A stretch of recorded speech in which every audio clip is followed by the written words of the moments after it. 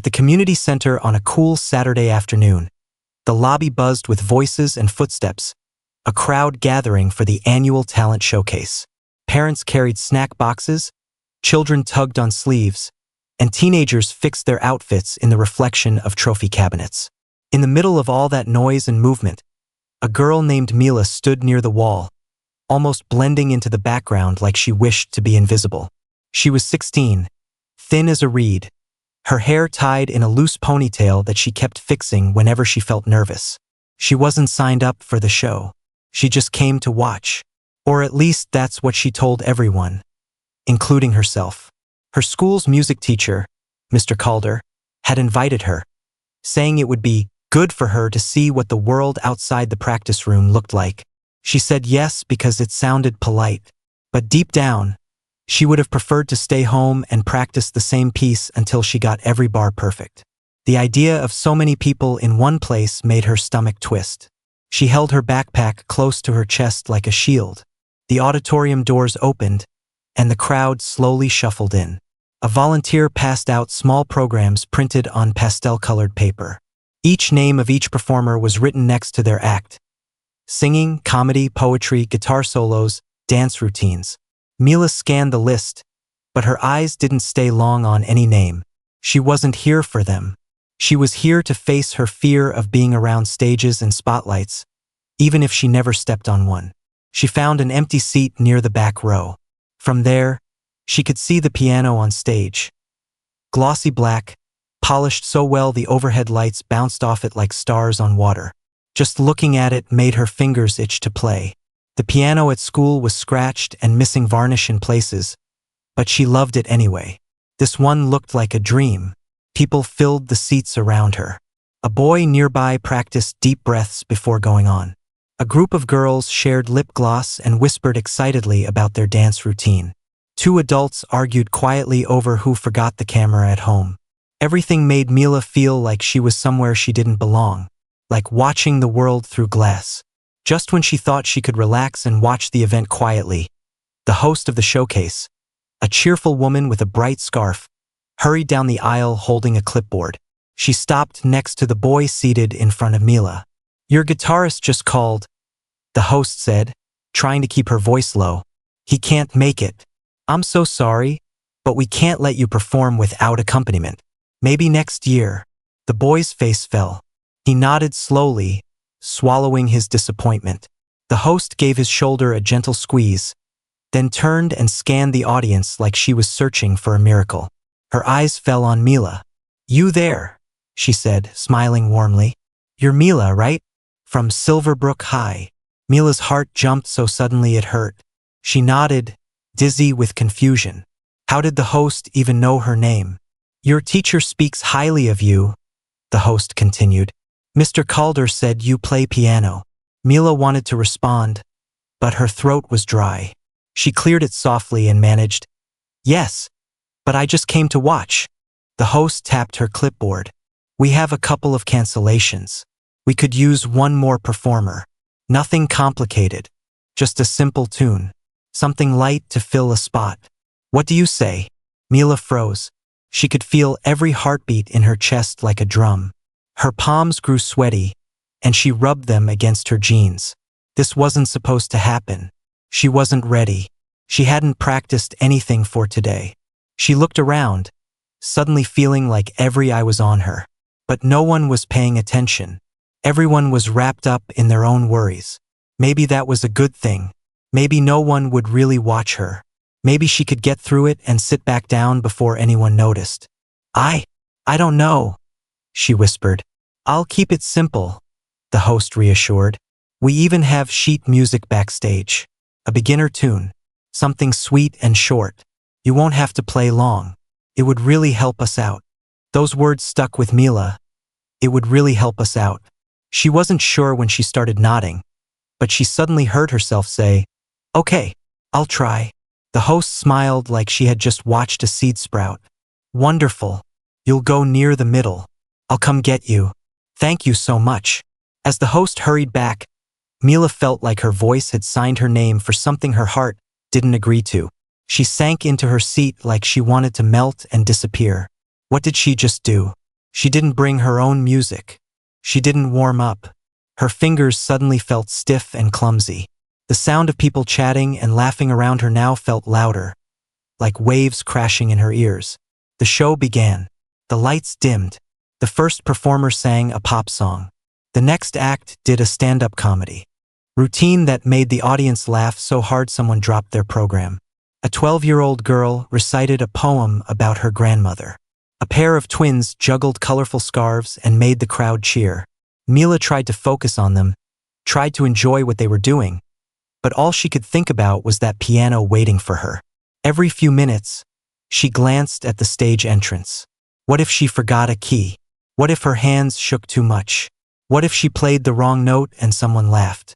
She imagined people whispering, "She's not that good," like she sometimes heard in the back of her mind during practice. Those voices weren't real, but they felt real. They always did. Still, she told herself she had played harder pieces at school. She had performed for exams. She had even played in front of her grandparents once. She could do this. She had to do this. She just had to breathe. Halfway through the program, the host returned and motioned for her to follow. Mila stood, legs trembling slightly, and walked down the aisle. Every step felt heavy, like walking through water. They passed backstage, where performers prepared for their turns. Dresses glittered. Guitar strings hummed as someone tuned quietly. The smell of stage makeup mixed with the scent of dust and wood.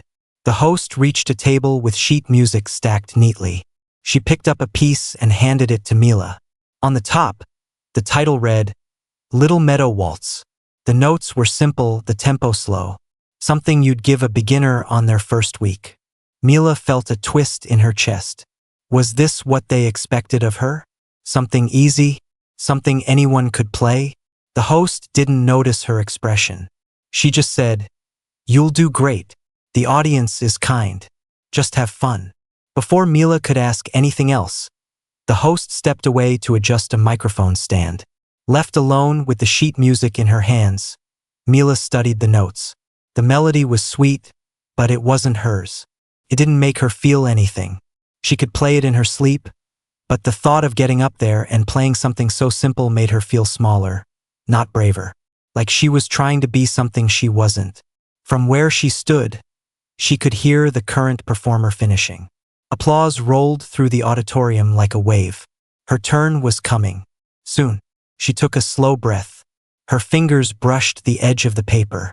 She imagined herself sitting at that piano.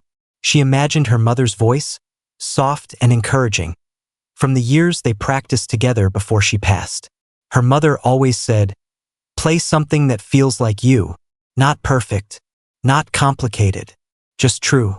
Mila closed her eyes for a moment. When she opened them, she felt something shift inside her. Not confidence exactly, more like a tiny flame where fear had been. She would walk out there. She would sit at the piano. And she would decide in that moment who she wanted to be, the girl who followed the sheet or the girl who followed her heart. The host called her name. Mila stepped forward. When Mila stepped onto the stage, she felt the lights hit her skin like warmth from another world. Not painful, just a reminder that this space was different from the one she usually occupied. A space where people watched and waited. A space where mistakes could echo, but so could courage. Her shoes made small sounds against the wooden stage, and somehow the noise felt louder than the cheering that had happened just moments before. She didn't look at the crowd. She didn't dare. If she saw faces, she might forget how to move at all. So instead, she looked straight ahead at the piano. The piano's black surface reflected her shape like a shadow version of her.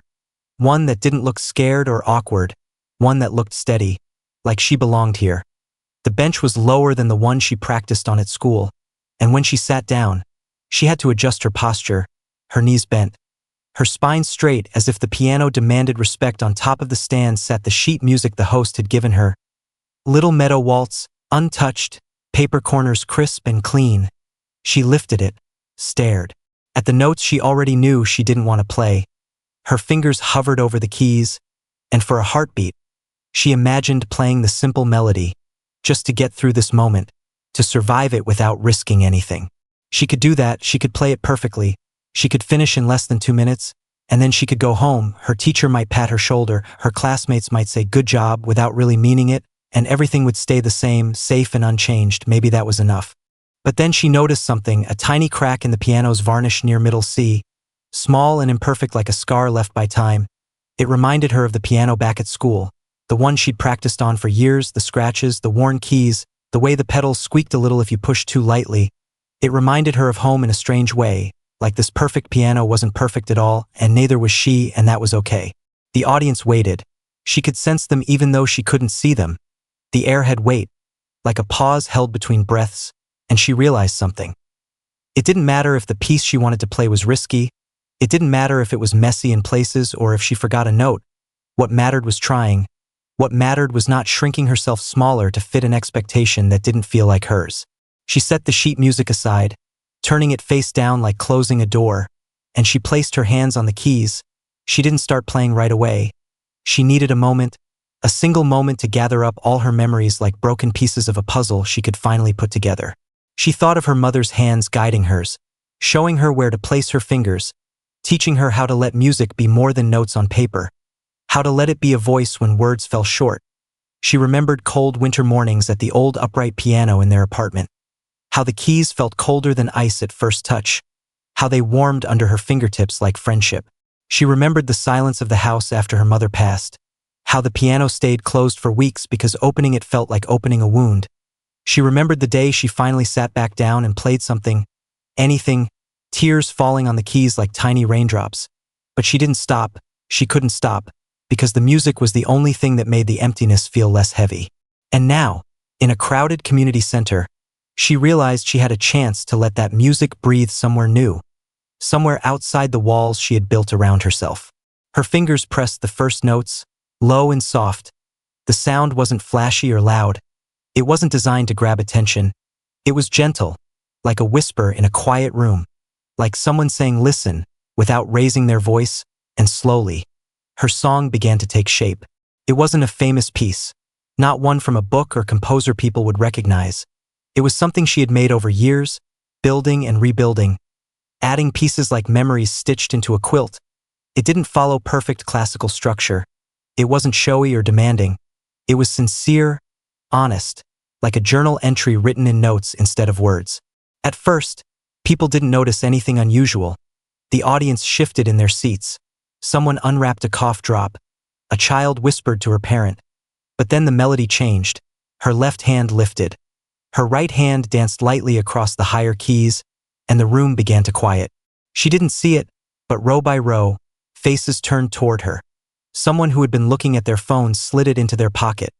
A group of older women knitting at the back paused, their fingers hovering above yarn.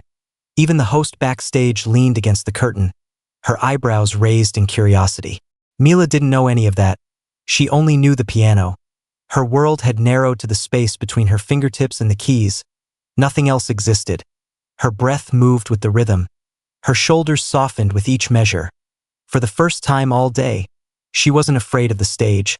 She was part of it. The music grew, like a story unfolding.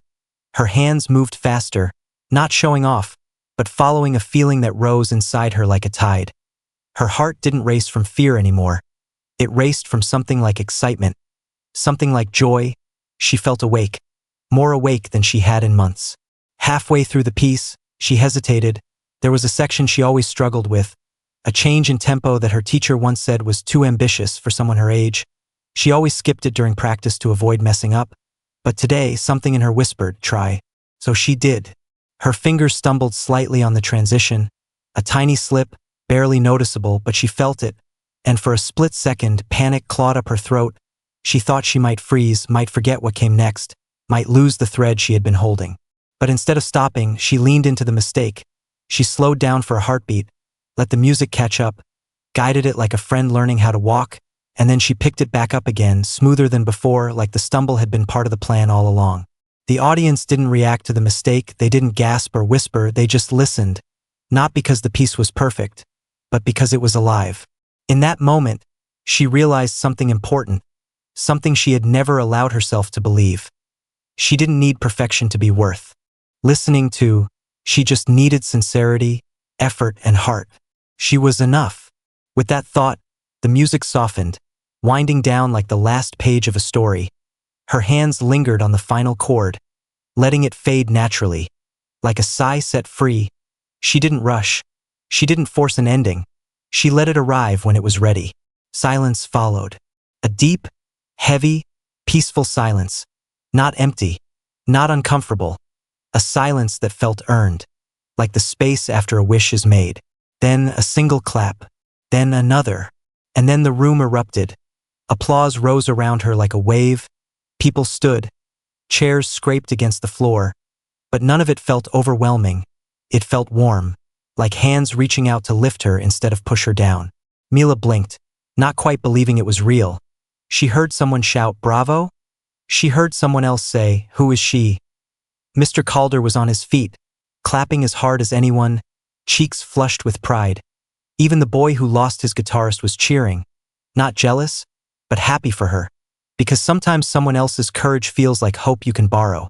Mila stood slowly and gave a small bow. It wasn't grand or dramatic. It was shy and sincere, just like her. The applause didn't stop, not for a long time, and she let herself smile, a real smile that felt like it came from every corner of her soul.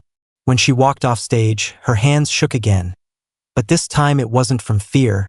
It was from relief, from excitement, from the realization that what she had done mattered to her more than to anyone watching, because she had proven something to herself. Backstage, the host hurried over, eyes wide. "I told you something simple was fine." The host laughed breathlessly. But whatever that was, it wasn't simple, it was stunning. She placed her hand gently on Mila's shoulder. "Thank you for trusting us with that." Mila nodded, unsure how to respond, because she wasn't sure she trusted anyone but the piano. But that was okay. Trust didn't have to be perfect either. She wasn't sure what came next. She didn't think about tomorrow or the future or whether this moment would change her life. She just knew it had changed her day, her hour, her heartbeat, and sometimes that was enough. For the first time in a long time, she walked backstage not as a shadow, but as someone with light following her, not because she demanded it, but because she created it without meaning to. Music had carried her, and she had carried herself, and nothing felt impossible anymore after the performance. Mila stayed backstage longer than she meant to, sitting on a folding chair with her backpack on her lap, her legs still buzzing with leftover nerves. It felt strange to be in her own body, like she was both herself and someone new at the same time. Every few seconds, she replayed a moment in her head. The first note, the stumble she recovered from, the final silence, the applause. Each memory felt like a bead she could roll between her fingers to remind herself it actually happened. Outside, the show continued, more performers taking the stage. She could hear a violin solo rising and falling, the vibrating strings like a heartbeat through the wall. She wasn't sure if she should go back to the audience or leave quietly before anyone tried to talk to her again. Attention felt heavy, like a coat she wasn't used to wearing. Mr. Calder eventually found her, breathing a little harder than usual, as if he'd rushed just to see her. He didn't speak right away. He just knelt a little, checking her face, like he was trying to understand who she was in this new moment. "You did something brave today," he said gently. Mila nodded, not trusting her voice yet. She thought about telling him that it didn't feel brave. It felt like a choice she made because not choosing would have hurt more. But the words wouldn't come, so she just held his gaze, hoping he understood the things she couldn't say. "I didn't know you had that piece inside you," he continued. "It was yours, wasn't it? Not something from class." She hesitated, then said, "I've been working on it for a while. I didn't think it was ready." He smiled, and it wasn't a teacher smile or a polite one. It was a smile that recognized effort. "Sometimes," he said, "we finish growing only when we share what we've planted." She didn't know if she agreed yet, but the words felt soothing, like soft cloth wrapped around something fragile. Before they could talk more, the host stepped there again, motioning toward the hallway leading to the lobby. There was someone waiting, she said, someone who wanted to speak with her. Mila's heartbeat thudded loudly in her ears. She wasn't ready. She had no idea what to say to strangers who might call her talented, or gifted, or some other word that never felt like hers. She stood anyway. The lobby lights were bright, brighter than the stage lights somehow, and the room smelled like popcorn and the sugary glaze from pastries at the concession table. People milled around between acts, talking, stretching their legs, refilling their drinks. When Mila walked in, a few heads turned, whispers fluttered like small birds, but no one crowded her. They just watched, curious. Near the entrance stood a woman in a charcoal gray blazer, holding a leather notebook. She adjusted her glasses and smiled with a professional kind of warmth when Mila approached. She introduced herself as someone who worked with a regional arts program. Not a huge company or a famous name, just a group that supported young musicians and helped them find places to grow, learn, and perform. She asked Mila questions. Not the kind she expected, not how long have you been playing, or who taught you. Instead, things like, what do you want music to feel like for you? And do you play to be heard or to understand something? Mila didn't know how to answer at first. These weren't questions she'd been asked before. They felt like keys that didn't fit any locks she'd built yet. Finally, she said, I play because it feels like my mind can breathe when I do. The woman wrote something down in her notebook. That's a good reason, she said. The conversation ended with an offer. Not a promise, not a contract, just an invitation. A free workshop at a nearby town, a chance to meet other young pianists, a place to see if her music could grow somewhere beyond practice rooms and community stages. There would be mentors. There would be peers. There would be no pressure to impress, only space to try. Mila took the flyer gently, reading the details like they were written in a language she was still learning. She didn't say yes. She didn't say no. She held the paper the way she held every new possibility. Carefully, like it might crumble if she breathed too hard. When the woman left, the lobby felt bigger somehow. The noise returned. The world moved on. But the flyer sat in her hand like a doorway she could step through if she chose. After the show ended, she slipped away while people cheered for the closing act. She found her way outside, into evening air that felt crisp and alive. The sun sat low, turning the sky peach and purple, and the breeze brushed her cheeks, carrying the sound of cars and distant birds. The walk home was quiet. She took the long route, past the small park where kids played on weekends, past the bakery that closed early on Saturdays, past the apartment buildings with hanging flower pots in the windows. With each step, she tried to understand what she felt. Proud? Maybe. Relieved? Yes.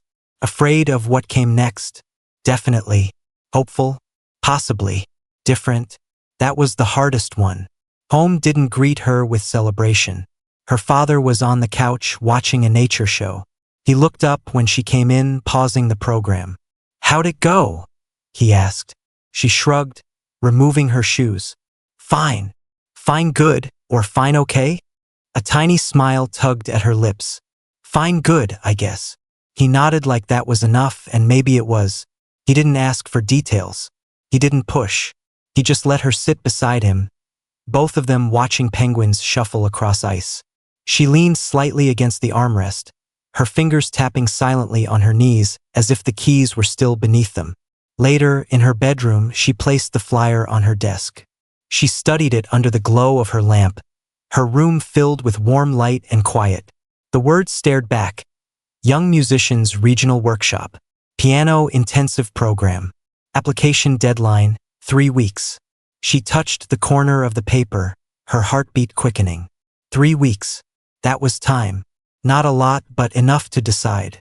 The rest of the night, she couldn't sleep right away. She lay awake, staring at her ceiling as music threaded through her mind like constellations. She didn't try to push the thoughts away. She let them come, let them form patterns she didn't understand yet. The next morning, Sunday sunlight streamed through her curtains, and she woke earlier than usual. She sat at her keyboard, the one her family had saved up for when the apartment was too quiet and the house piano too far away. The keys were slightly chipped at the edges from years of use, but they felt like home. She didn't play her piece, not the one from the showcase. Instead, she began something new, something without shape yet. It was like feeling around in the dark for a light switch. She played a melody in the left hand, low and steady. The right hand explored, testing little patterns, seeing which notes liked each other and which ones didn't. This wasn't performance. This wasn't practice. This was discovery. Her father knocked on the door once but didn't interrupt when he heard the music. He just cracked the door open slightly and left a plate of toast on her nightstand before walking away. Hours passed. She didn't notice. The music grew, and though it was clumsy in places, it was hers. A starting point. Not perfect, not polished, but alive. At school the next day, something had shifted. People didn't treat her like she was famous or special. There were no crowds or autographs or dramatic moments. But a few students looked at her differently, like maybe they had misjudged the invisible girl in the music room. One student she barely knew nodded at her in the hallway, a small acknowledgement that felt larger than it seemed. Her closest classmate, one who sat beside her in English but rarely spoke, leaned over during a worksheet and whispered, "I heard you played something amazing." My cousin said. The whole room went quiet. Mila's face warmed. She shrugged like it was nothing. "Just played something I've been working on." They nodded like they understood, even if they didn't. It was enough. During lunch, instead of hiding in the back hall near the vending machines, Mila went to the music room and sat at the piano there. She opened the lid, let the wood smell rise, felt the keys that were familiar like old friends. She didn't play anything big. She let her fingers map out scales, slow and steady, like stretching before a run. She thought about the workshop. 3 weeks. She thought about her mother's voice in her memory, telling her to choose music that felt like her. She thought about the applause, the silence before it, the feeling of belonging to something larger than fear. She thought about the girl she had been before stepping on that stage, the girl who blended into walls and hid inside routines. And she thought about who she could be now, not a different person, but a wider version of herself, one who believed maybe opportunities didn't have to be terrifying. Maybe they could be invitations instead of tests. The bell rang. Students filed in for the next class. Mila rose from the bench and packed her bag slowly, looking once more at the piano before stepping away. She made a silent promise to herself. She would not disappear again. She would try. She didn't know where music would take her. She didn't know if she would get accepted into that program or if she would freeze during the application. She didn't know if her hands would shake the next time she played in front of people. But she knew she would show up, even if her voice trembled when she introduced herself, even if her fingers slipped on a key, even if the room wasn't ready for her. She would show up anyway, and somewhere deep inside her, that tiny flame of courage flickered, steady and warm, waiting for the next moment to grow. The application folder sat on Mila's desk for nearly a week before she finally opened it. Each day, she would pass by and glance at the papers inside, feeling like they were silently asking her a question she wasn't ready to answer. It wasn't fear of failure that held her back. It was the uncertainty of success. Failure she understood. She had lived alongside it like a quiet neighbor. Success felt like a place she wasn't sure she knew how to enter. But on Friday evening, after school ended and the sun dipped low behind the apartment buildings, she sat down at her desk, turned on her lamp, and spread the papers out like pieces of a map. Her room felt still, the air heavy with possibility. Outside, someone in the courtyard was practicing skateboard tricks, wheels clacking against pavement, the everyday world continuing as she faced a moment that felt bigger than most. The application wasn't complicated. Basic information, a short essay about why she loved playing piano, a recording of her playing something meaningful. She chewed on her lower lip, reading the essay prompt again and again. The words blurred slightly, not because she didn't understand them, but because she didn't know how to translate what she felt into sentences. Why did she love piano? She clicked her pen and stared at the blank line, trying to start with something honest. She didn't want to sound poetic or impressive. She wanted to sound like herself. Slowly, she wrote, "I think music is the place where I hear things I can't say out loud." She paused. The sentence felt true. She kept going. She wrote about how the piano made her feel less alone when the house was quiet. How it helped her remember her mother, not just in memories, but in muscle memory and melody. How playing was like breathing for her mind. She didn't try to make it perfect. She just made it real. By the time she finished the essay, her hand felt cramped and her heart felt strangely lighter, like she had unloaded something she never realized she was carrying. She set the paper aside and turned her attention to the recording requirement. She would need something she could send with her application, something that felt like hers, something that mattered. She sat at her keyboard. She adjusted the microphone on her phone. She took a breath, and she started to play. Not the piece from the showcase. Not the one she had started building recently. Something new. Something that surprised even her. It began slow like a question, a wandering melody, as if her fingers were walking through her thoughts. Then, gradually, it grew, taking shape like a story with chapters she didn't plan. She didn't try to control it. She just let it happen, trusting her hands to follow something deeper than planning. When she finished, she looked at her phone. The timer on her recording app blinked. 3 minutes and 42 seconds. She replayed it, ears sharpened, waiting to hear mistakes. She found some tiny slips, uneven tempo, a moment where her pedal was too heavy. But she didn't delete it. She didn't start over. She just listened. It wasn't perfect, but it was honest.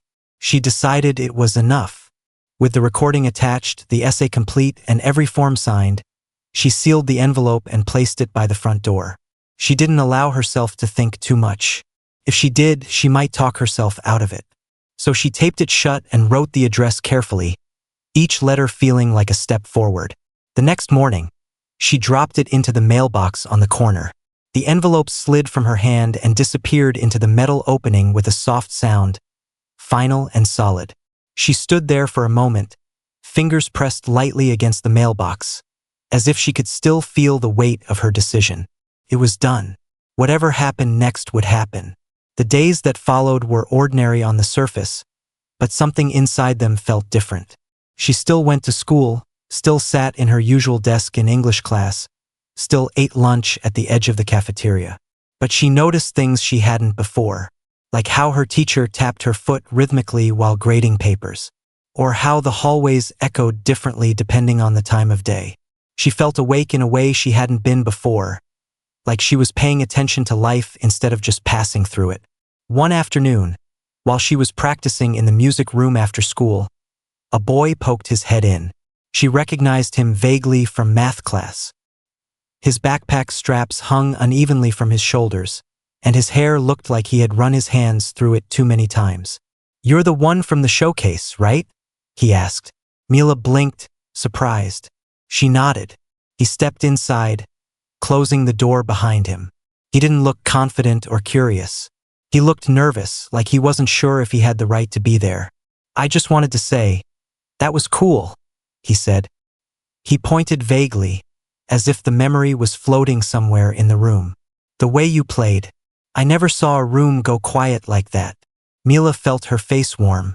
Compliments always sat awkwardly on her, like clothes that didn't fit quite right. She didn't know where to put them. "Thank you," she said softly. He nodded, then hesitated, shifting his weight. "Do you think it's hard to get good? Like if someone wanted to start? Is it too late?" Mila blinked again. She had never thought of herself as someone people would come to for advice. She wasn't even sure she had advice to give. "I don't think it's ever too late to start," she said. "And I don't know if good is the goal. Maybe just learning how not to be afraid of trying." He stared at her, as if the words had landed in a place he didn't expect. He nodded slowly, thanked her again, and left.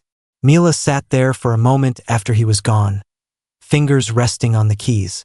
That conversation stayed with her longer than she expected. Not because she said something wise, but because she realized how much of her life had been shaped by fear of failing, fear of succeeding, fear of being seen. And now, for the first time, she felt like she might not live in that fear forever. A week later, a letter arrived. She found it on the kitchen table, next to a stack of mail. Her fingers trembled as she recognized the return address. She stood there staring at the envelope for a full minute before touching it. She wanted to open it. She was terrified to open it. She didn't know which feeling was stronger. Her father came in from the hallway, wiping his hands on a dish towel. He saw her, saw the letter, saw the storm behind her eyes. "That from the workshop?" he asked. She nodded. Want me to open it for you? He offered, voice gentle. No, she whispered. I need to. He nodded and stepped back, giving her space. She slid a finger under the flap and opened the envelope. She pulled out the letter. She unfolded it. Her eyes scanned the first line. Her knees went weak. Her father stepped forward instinctively, ready to catch her if she fell. She didn't fall. She smiled. The letter was an acceptance. Not just a generic one either. They mentioned her recording specifically. They said her playing held emotional clarity and a sense of personal identity. They invited her not only to the workshop but to a smaller program within it, one that focused on composition and performance. They wanted to know more about her work. Mila didn't cry. She thought she might, but instead she laughed. A sound she didn't hear often from herself, light and surprised. Her father hugged her, arms awkward at first, then tightening like he remembered how. She hugged him back, pressing her face into his shoulder, not to hide tears, but to anchor herself in a moment that felt like it might float away. That night, she couldn't sleep again. But this time, it wasn't fear keeping her awake. It was excitement, the kind that fluttered in her chest like wings learning how to move. In the days that followed, she practiced differently. Not harder, not longer, just freer. She allowed mistakes. She explored. She played from places she had never gone before, emotionally and musically. She started writing down fragments of melodies in a small notebook, like collecting wildflowers she could someday turn into a garden. Sometimes, she still doubted herself. Sometimes, the old voice whispered, "Who do you think you are?" But now, another voice answered back. A new one, small but steady. "I'm someone who tries." That was enough. One afternoon, a few days before she was set to leave for the workshop, she walked past her reflection in the school's trophy case. She stopped. She didn't focus on her appearance or her expression. She wasn't looking for flaws or signs of confidence. She was looking for proof of something else. She didn't see it immediately, but she realized something. She was no longer searching for the girl she used to be. She was watching the girl she was becoming. She stepped away from the reflection, her footsteps quiet but sure. She was ready. The day Mila left for the workshop felt like stepping into a different version of her life. She stood in the kitchen early in the morning, backpack and suitcase by her feet, her father pouring tea into a travel mug for her. It was strange how normal the moment looked. Sunlight filtering through curtains, the hum of the refrigerator, the faint scent of toast. But inside her, everything felt unfamiliar, like she was moving in a dream she hadn't finished understanding. Her father placed the mug in her hands. "You'll do fine," he said. His voice was steady, but his eyes looked like they were holding back a storm of emotions. Worry, pride, hope. He wasn't the kind of person who said big speeches or emotional lines. He showed his care in small things. Making tea, double-checking bus schedules, tucking a pack of tissues into her bag. "Thanks," Mila replied softly. She wanted to tell him more. That she was scared, that she was excited, that she didn't want to disappoint him or herself or her mother's memory. But she couldn't shape those thoughts into words yet. So she nodded, held his gaze for a second longer than usual and hugged him. A short hug, careful one. But it meant something. The bus ride took nearly 2 hours. The world outside the window changed slowly. City blocks melting into suburbs, suburbs stretching into open fields, fields leading to a town she had never visited before. She pressed her forehead to the cool glass and watched trees blur past. Her stomach fluttered off and on, nerves tightening then loosening, like waves. When the bus finally stopped, she stepped off and found herself staring at a building that looked older than most she'd seen. Warm brick walls, tall windows framed with white trim, vines climbing in lazy spirals along the sides. It wasn't a grand concert hall or a shiny academy. It looked more like a place where stories lived.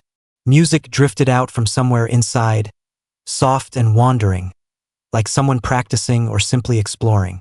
A woman with short curly hair and bright eyes waved her over. "You must be Mila," she said.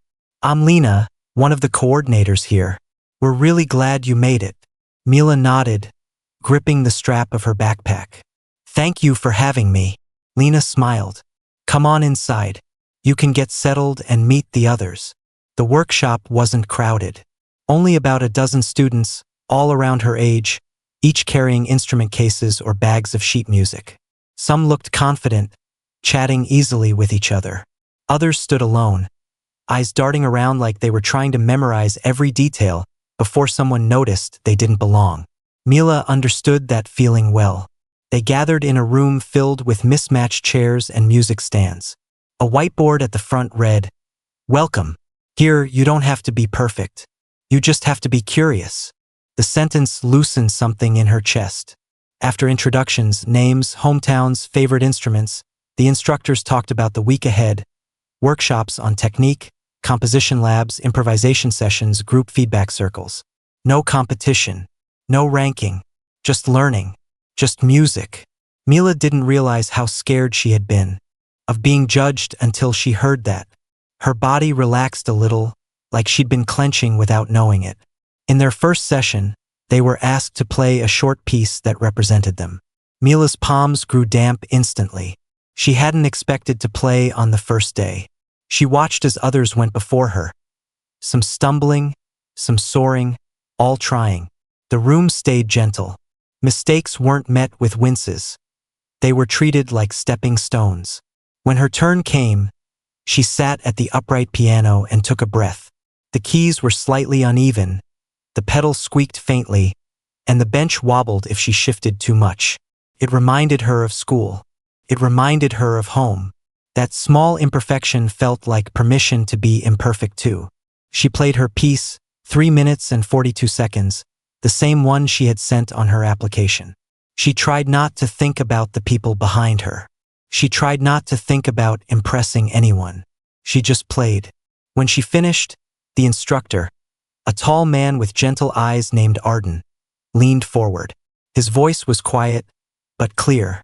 "You play like you're trying to listen to something," he said. "Like the music is happening somewhere just beyond the keys and you're reaching for it. That's rare. Don't lose that." Mila didn't know what to say, so she just nodded. His words landed softly inside her, like seeds that might bloom later. The next days blended curiosity and challenge. Mila learned things she hadn't known existed: how to shape silence like a note, how to adjust her touch so a single key could sound like a whisper or a sigh, how to build a melody from nothing but an emotion she didn't have words for. Some lessons were hard. There were moments she wanted to leave the room, step outside, breathe alone. She made mistakes. She stumbled through exercises. She sometimes felt like the weakest musician there, but something kept her in her seat every time. One afternoon, during a composition class, Arden assigned a task: write a dialogue using only piano. 2 voices, 2 stories, 1 instrument. Mila stared at the blank staff paper in front of her. She didn't know how to write a conversation without words. She barely knew how to start. She tried once, scribbled out a few notes, crossed them out, tried again. Nothing sounded right. Her pencil hovered above the paper, her shoulders tight. Arden walked by and paused. "Stuck?" he asked.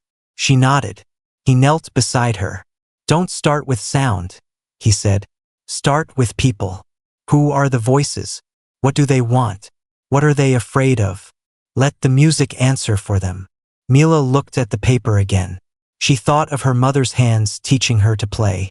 She thought of herself, small and quiet, trying to grow into a world that sometimes felt too loud. She thought of fear and of hope. 2 voices, 2 truths.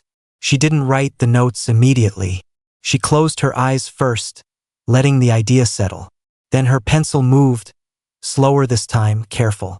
Not perfect, but honest. Later, when she played what she created, the room didn't clap loudly. They didn't cheer. They just sat with it, the way someone might sit with a letter they weren't ready to reply to yet. The silence felt meaningful, full. "Good," Arden said. "More of that." In the evenings, the students gathered in the common room. Someone always played something: guitar, violin, piano. A melody hummed into the air. Sometimes Mila joined in. Sometimes she listened, letting the music wrap around her like a blanket. On the fourth night, rain drummed against the windows. The lights were dim, the atmosphere soft. One of the students, a girl with short dark hair who played cello, asked everyone, "What would you do with music if you weren't afraid of failing?" The question sat heavy in the room. A boy with a flute said he'd try to write a musical. Someone else said they'd travel and busk on street corners. The cello player said she wanted to play at hospitals for patients who felt alone. Every answer sounded like a confession. When they looked at Mila, she hesitated. Then she said, "I think I would try to make something that feels like home even when you're not there. Something that makes people feel less lonely. Even if it's just one person."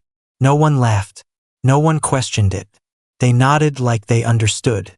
That night, as she lay in the dorm bed, rain tapping gently on the window, Mila realized something she had never said out loud.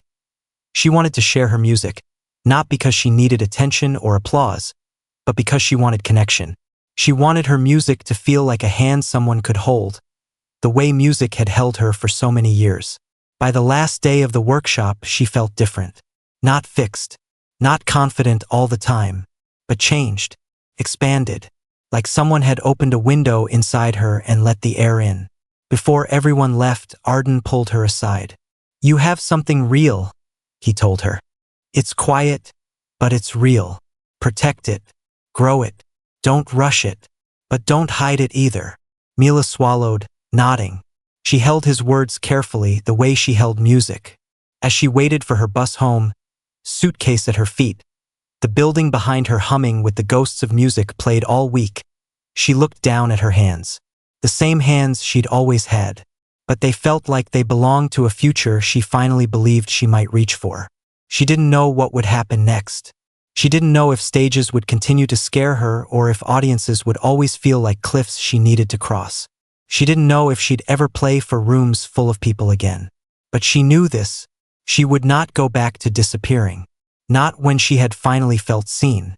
Not when she had finally seen herself. The bus pulled up. She boarded. She sat by the window again. The world outside began to move, and she didn't feel like she was leaving something behind. She felt like she was carrying it with her. When Mila returned home, it felt like stepping into the same world with different eyes. The familiar hallway, the coat rack by the door leaning slightly to the left, the low hum of the refrigerator, the chipped mug by the sink. Everything looked unchanged. Yet she didn't feel like the same girl who had left a week ago with shaking hands and a heart full of doubt. Something inside her had shifted, not loudly, not dramatically, but like a door that had been stuck for years finally opening. Her father greeted her at the door and took her suitcase without asking questions. "Good trip?" he asked. Mila nodded. "Good," she said. The word wasn't enough to describe what happened, but it was all she could manage. She wasn't ready to explain everything. Some things still felt too new to put into sentences. That night, she unpacked slowly. Her clothes went back to drawers. Her notebooks returned to her shelf. Her workshop name badge sat on her desk like a reminder that the week had been real. She touched it gently before setting it aside. A week later, school started again. At first, Mila slipped back into her routine quietly. She walked the same hallways, sat in the same seats, and ate lunch at the same tables. But she noticed something new. She wasn't trying to disappear. She didn't shrink into herself when someone looked her way. She didn't avoid eye contact or conversation. If someone spoke to her, she answered. Not loudly, not confidently all the time, but honestly. That was enough. One afternoon, the school's music teacher, Mr. Calder, asked if she could help tune the rehearsal piano before the chorus class. She agreed, and while she worked, she hummed a melody she had been shaping in her head since the workshop. She didn't realize she was humming until another teacher stepped into the room and smiled. "You sound happy," they said casually. Mila blinked. "Do I?" They nodded. She looked down at her hands on the piano keys. She hadn't thought of the feeling as happiness, but it was something close. In the weeks that followed, she found herself composing more. Little melodies came to her while she washed dishes, while she walked to school, while she waited in line at the library. Sometimes she scribbled ideas in her notebook, Sometimes she recorded short voice memos on her phone. Music wasn't a task anymore. It was a companion. One afternoon, the principal announced that the school would be hosting a small performance night in 2 months. An informal event, not a competition, just a chance for students to share something. Mila's classmates groaned at the idea of another school event, but Mila felt her heart stir, not with fear, with possibility. That night, after dinner, she looked across the table at her father, who was reading the news off his phone. "There's a performance night coming up," she said. He looked up, eyebrows raised. "Are you thinking of going?" Mila hesitated, then nodded. "I'm thinking of performing." He set his phone down slowly, as if afraid to break the moment. "That's great," he said, and he meant it. She wasn't sure yet what she would perform. The piece from the showcase felt like something she wanted to protect a little longer. The new compositions weren't finished. But she had time. She would figure it out. The next day at school, she went to the music room before classes and sat at the piano. The room was quiet, sunlight warming the keys. She closed her eyes and began to play a melody she had been shaping for weeks. A piece that felt like a conversation between her and her younger self, the version of her that had hidden behind practice doors and tried to be invisible. The notes were gentle at first, unsure, like a child learning to walk. Then they grew steadier, finding rhythm, finding breath. She imagined fear sitting beside her. Not as an enemy, not as something to defeat, but as something she could learn to carry without letting it guide her. The music rose and fell like the sound of her heartbeat when she played in front of people. Anxious, but alive. When she finished, she opened her eyes and realized she wasn't alone. A few students had gathered in the doorway, listening. They didn't clap. They didn't speak. They just watched her, expression soft, eyes curious. For a moment, Mila felt her old instincts rise. Her shoulders tensing, her heartbeat speeding, her throat tightening. But then something inside her said, "Stay." She turned to them. "Sorry," she said awkwardly. "I didn't realize anyone was here." One student stepped forward, holding her backpack straps tightly. "Don't be sorry," she said. "It was beautiful." Her voice wasn't loud, but it felt sincere. Mila nodded, unsure what to say, but grateful. Later, Mila visited the library. She checked out books about composition, not because someone told her to, but because she wanted to understand music more deeply, how chords could speak, how rhythm could hold meaning, how silence could shape sound. Every evening, she practiced for an hour. Not longer. She didn't want to turn music into something heavy again. She took breaks. She stretched her fingers. She stepped away when frustration crept in. 2 weeks passed. Then 3. She still didn't know what she would play at the performance night. But she wasn't panicking. Inspiration was coming, slowly, like seeds growing roots before they sprouted. One Saturday morning, she went to the community center, the same one where everything had begun months ago. She entered the auditorium, now empty, sunlight falling across the stage. The piano still sat there, polished and patient. She walked toward it like approaching an old friend. She sat down, closed her eyes, and let her hands find the keys. What came out surprised her. It wasn't the piece from the showcase. It wasn't the new piece she'd been building. It was something in between, a bridge, a song of becoming, a melody that held pieces of her past and pieces of her future, stitched together with hope. She played it once. She played it again. Then she knew this would be her piece. Not because it was perfect, not because it would impress anyone, but because it was her truth in music. The next month moved quickly. She practiced every morning before school. She wrote down notes. She rewrote sections that didn't feel right. She listened not just with her ears, but with her memory, with her heart, with the part of her that had carried music long before she knew how to name it. The week of the performance, fear crept back in. Not the overwhelming kind that froze her bones, but the kind that whispered, what if? What if she stumbled? What if no one understood the piece? What if she disappointed everyone? On the night of the performance, she got dressed and looked at herself in the mirror. She didn't see confidence. She didn't see certainty. She saw someone trying, someone who showed up, someone who didn't quit. And that was enough. At the school auditorium, she waited backstage, listening to the muffled voices of the audience. Students performed one by one, songs, guitar duets, spoken word pieces, dances. When her name was called, she stepped onto the stage, heart pounding. She sat at the piano. She took a breath. And before she played, she looked at the audience. For the first time, she let herself see them. They weren't strangers waiting to judge her. They were people. People carrying their own fears, their own hopes, their own beginnings. She faced the keys. She played.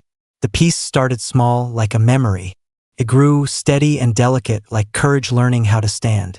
There were moments where her hands trembled. Moments where she doubted. Moments where she almost forgot what came next. But she didn't stop. She let the music catch her. When the final note faded, there was a pause, a breath, a space, then applause. It wasn't thunderous like the showcase. It didn't shake the room. It didn't need to. It was warm. It was enough. It was real. After, as she stepped off the stage, Mr. Calder met her by the curtain. "That," he said, sounded like someone who has something to say. Mila nodded, feeling tears sting her eyes. Not sad tears, not overwhelmed tears, but tears like rain after a long winter. "I think," she said quietly, "I finally do." That night, alone in her room, she sat at her keyboard and didn't play anything. She just rested her hands on the keys, feeling their weight, feeling her own.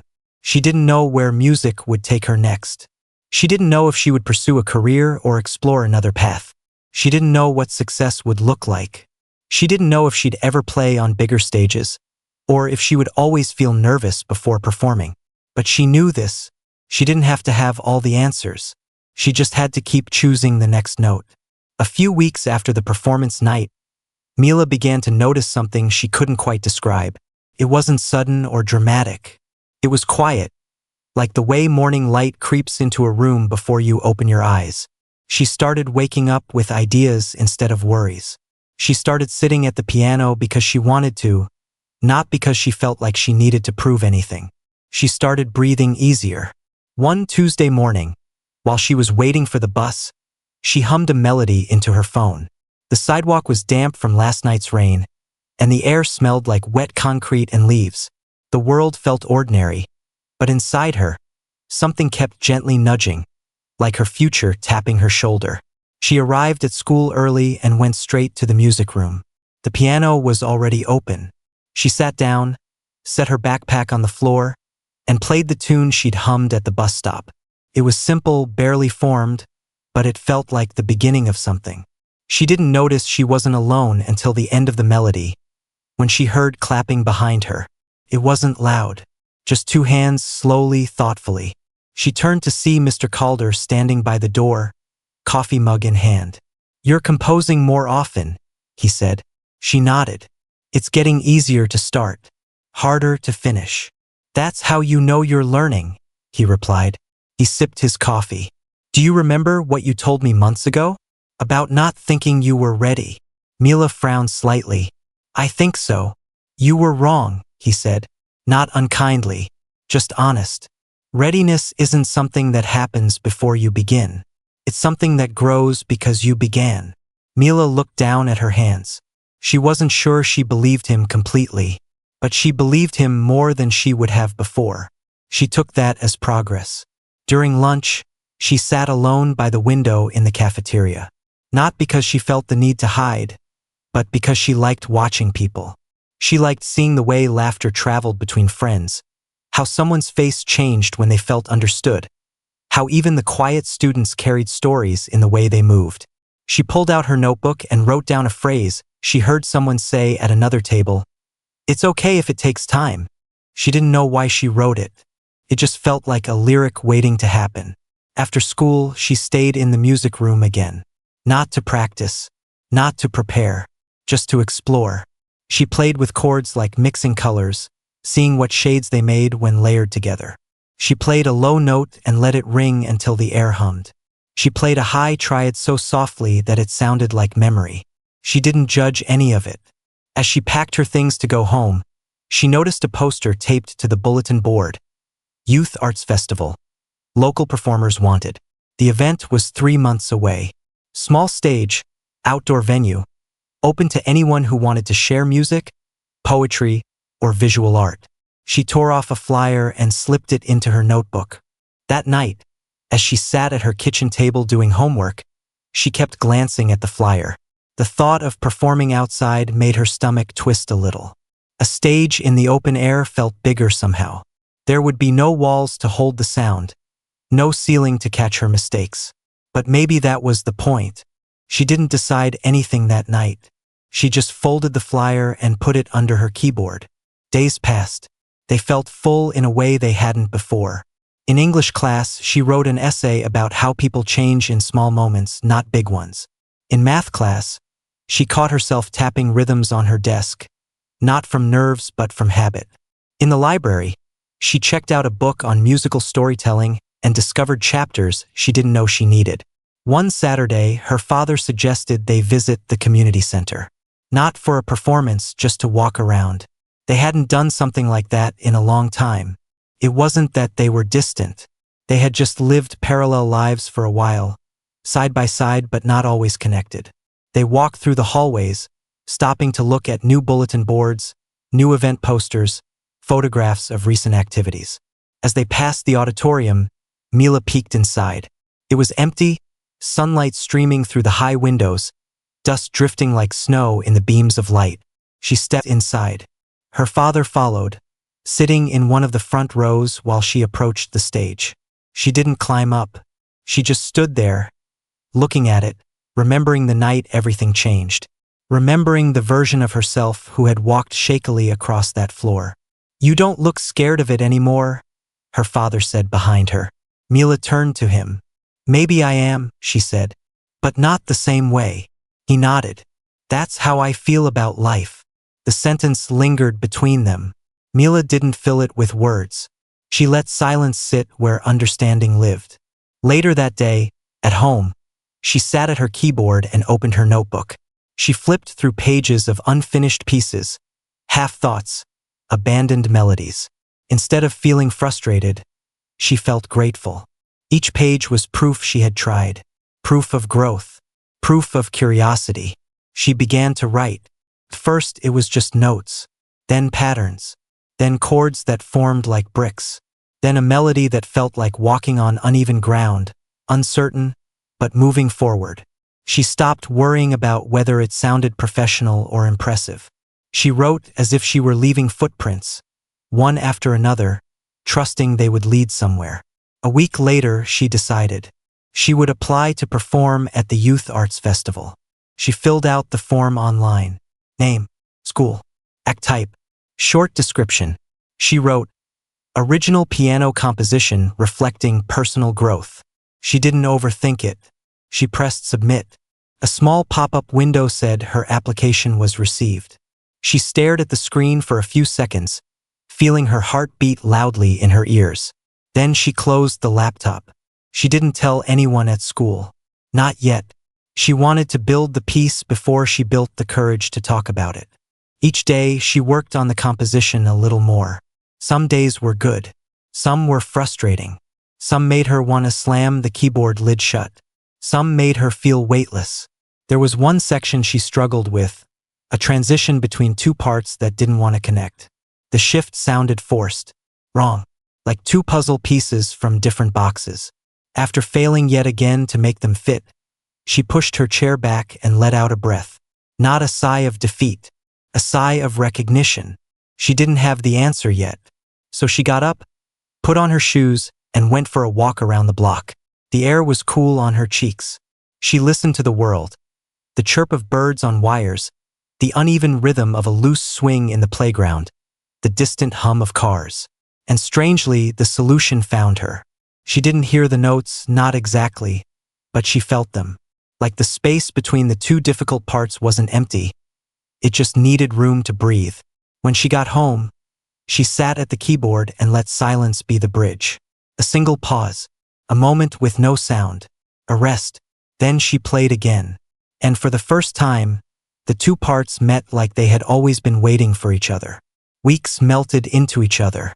The composition grew roots, then branches, then leaves. It wasn't perfect, but it was alive.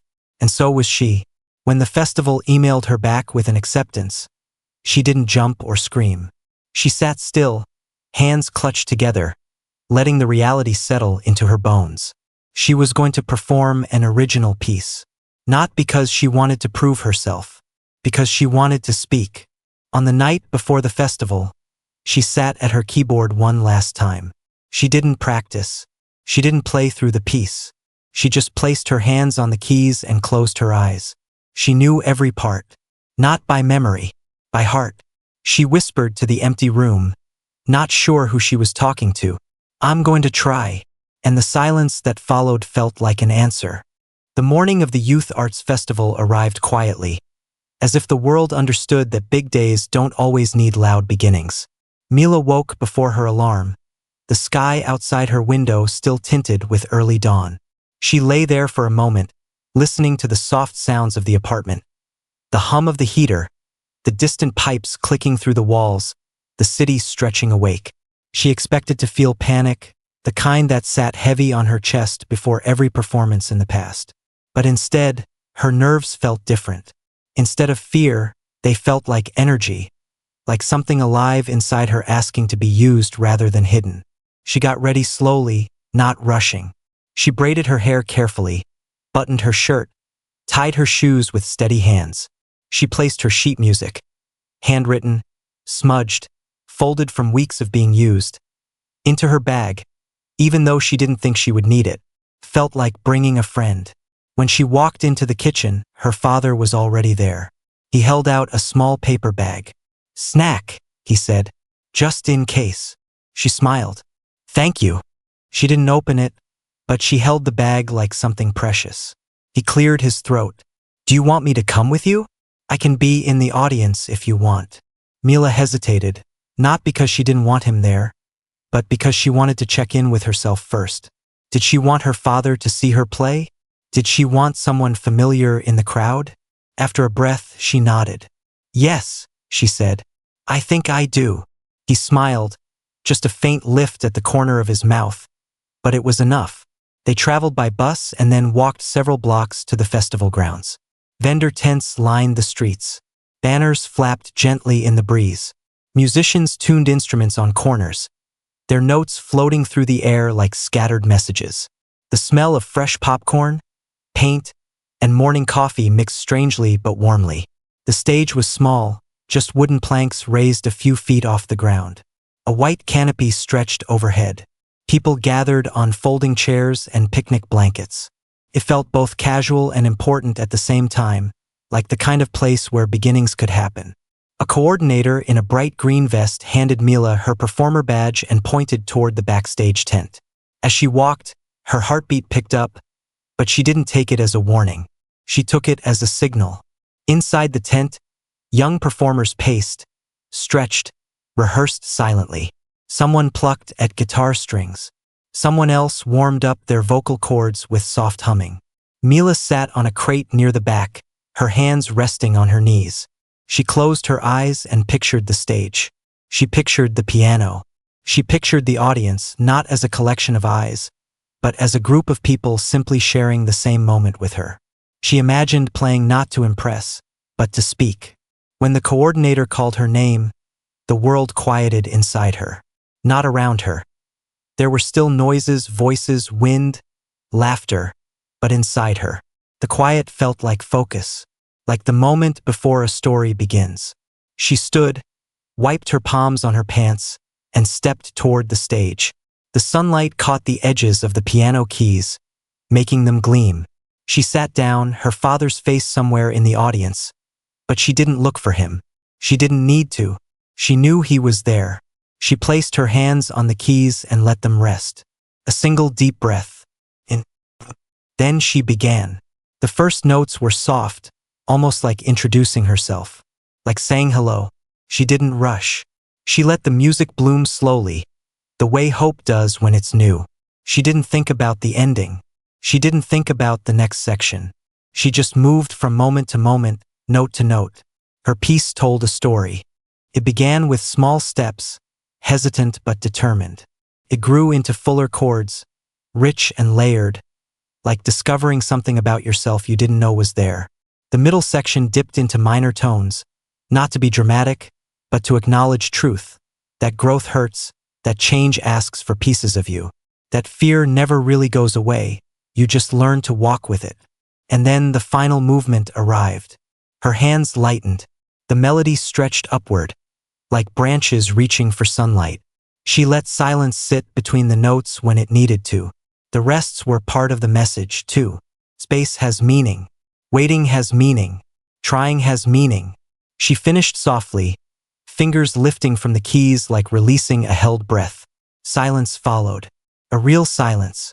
The kind she had only felt once before. It lasted only a moment, but it felt like enough time to understand something. She didn't need the applause to know she had done something true. She didn't need confirmation to feel proud. She had played what she meant to say. Then the applause came. Warm, kind, not explosive, not overwhelming, just honest. Someone whistled. Someone cheered her name. Someone near the back stood up. Not because they had to, because they wanted to. Mila stood, bowed her head slightly, and stepped off the stage. Her legs felt like air. Her heart felt steady, not because she had been perfect, but because she had been herself. Backstage, a woman approached her. Older than the coordinators, with silver streaks in her hair and a leather-bound notebook tucked under her arm. She introduced herself as someone who worked with a nearby arts foundation. She said she liked Mila's tone, her clarity, the way her composition held feeling without needing explanation. She asked if Mila would be interested in auditioning for a youth music program they sponsored. It wasn't a guarantee. It wasn't a promise. It was an open door. Mila didn't answer right away, not out of fear, out of respect. She wanted to feel the weight of the moment. She wanted to choose, not react. After a pause, she nodded. "I'd like to try," she said. The woman handed her a card. "Then let's see what happens." Mila tucked the card into her pocket. She felt like she was tucking away a seed. Her father found her after, his eyes shining in a way she had never seen before. "You played," he said, the words almost getting stuck in his throat. "You really played, not just music. You." Mila didn't correct him. He was right. They walked home slowly, stopping at a bakery for warm rolls and tea. They sat on a bench outside, steam curling into the cool air, crumbs falling onto the ground for birds to peck. They didn't talk much. They didn't need to. Later that night, Mila sat at her keyboard with the festival badge still around her neck. She didn't play. She just stared at the keys, the same way she had stared at them in the beginning of her story. But it didn't feel like the beginning anymore. Felt like a bridge. She thought about everything that brought her here. The showcase, the silence, the workshop, the new friends, the mistakes, the fear, the hope, her father, the teachers, the music room, the empty auditorium, the festival stage. None of it felt separate. Felt like chapters in one long piece. She reached for her notebook, flipping to a blank page. She didn't know what would come next. A new composition? The audition? Another stage somewhere? She wrote a sentence at the top. "I will keep trying." Not because she expected success every time, but because trying was where she found herself. She set the notebook down and rested her hands on the keys. Not to play, just to feel. And as she sat there, in the soft glow of her desk lamp, the world didn't feel as heavy as it once did. The future didn't feel like something to fear. It felt like something to approach, gently, curiously, like a song still learning its shape. Her fingers pressed a single note, the beginning of something new.